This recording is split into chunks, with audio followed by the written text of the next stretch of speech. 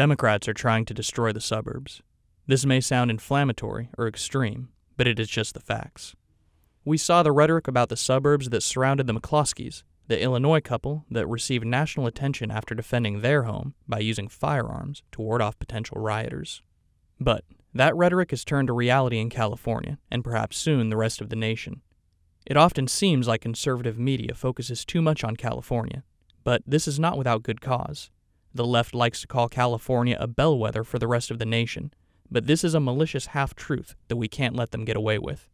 The reality is that the radical left uses California as a laboratory for radical policies that it can attempt to export across the United States. In that state, top-down policies dictating from a far-off capital exactly how many houses should be squeezed into a neighborhood, policies that affect cities big and small, have been forced upon unwilling communities. Huntington Beach, not wanting to be transformed into an urban wasteland resembling its neighbors to the north in Los Angeles County, resisted density orders and looked to be fighting a losing battle in court. Make no mistake, these are policies that could radically change your community. Hundreds, even thousands of units added to relatively small cities with little to no value given to historicity or beauty. And this won't stop in California, the great laboratory of the Golden State. It has already spread beyond the Wild West, east to Arizona, and north to Washington, from Virginia to Connecticut. The Democrats are coming after your suburbs.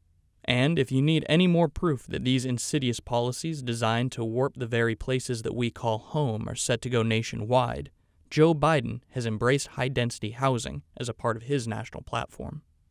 One of his potential picks for the Department of Housing and Urban Development, Diane Yentl, heads an organization that praised California's community-altering legislation, saying that it, quote, did not go far enough.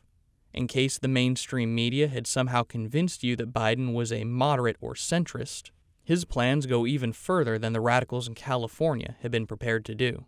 Assemblyman Scott Wiener, author of SB 35, the Radical California High-Density Housing Bill, has been trying and failing to pass an even more radical bill, SB 50, that would allow the state to overrule local zoning protecting single-family resident zones, or, as you and I know them, suburbs.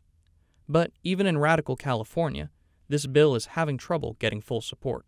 But Assemblyman Wiener may not need to worry about this for long, as a version of his bill may be enacted under a potential Biden administration. Biden's plan call for an end to the kind of zoning practices that protect the American dream of suburban living for all Americans, regardless of race or creed. Biden's plan to end single-family resident zoning would densely urbanize many of the places that we call home. Biden's plan specifically references the Home Act of 2019. The Home Act details quite plainly the Democrats' goal of choking the suburbs with high-density housing. And the left does this while the cities that they have controlled for decades, like Los Angeles, San Francisco, or Detroit, fall into squalor and ruin. The mainstream media may try to fact-check these claims. They have in the past. Thankfully, there are fact-checkers fact-checking the fact-checkers. The National Review has already debunked the media's false narrative about a quote-unquote moderate Joe. Just listen to Biden laying out some of the plans for what the Democrats euphemistically call affordable housing. We'll also build 1.5 million new energy-efficient homes and public housing units that will benefit our communities and 3 times over by eliminating the affordable housing crisis, by increasing energy efficiency, and by reducing the racial wealth gap linked to home ownership. And here is Kamala Harris, true to her California roots, stating that she believes housing is a civil right. 20 million renters are looking at eviction.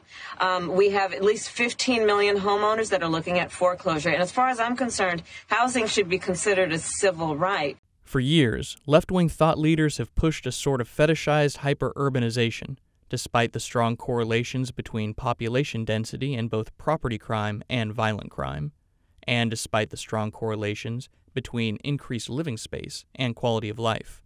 And these left-wing elites know that it is a lie. In dense urban cities, the left-wing elites are able to afford the space that the shrinking middle class would otherwise take for granted in a suburban community. And many of this class of liberal oligarchs maintain the modern equivalent of country estates. Despite their sneering at capitalism, which as of late seems to be trained just as much on the mom-and-pop businesses forced to close because of the reaction to COVID-19 as it is on any big business, many of these leftist elites seem like they would feel at home in Dickens-era London, as long as they were not the ones in the tenements.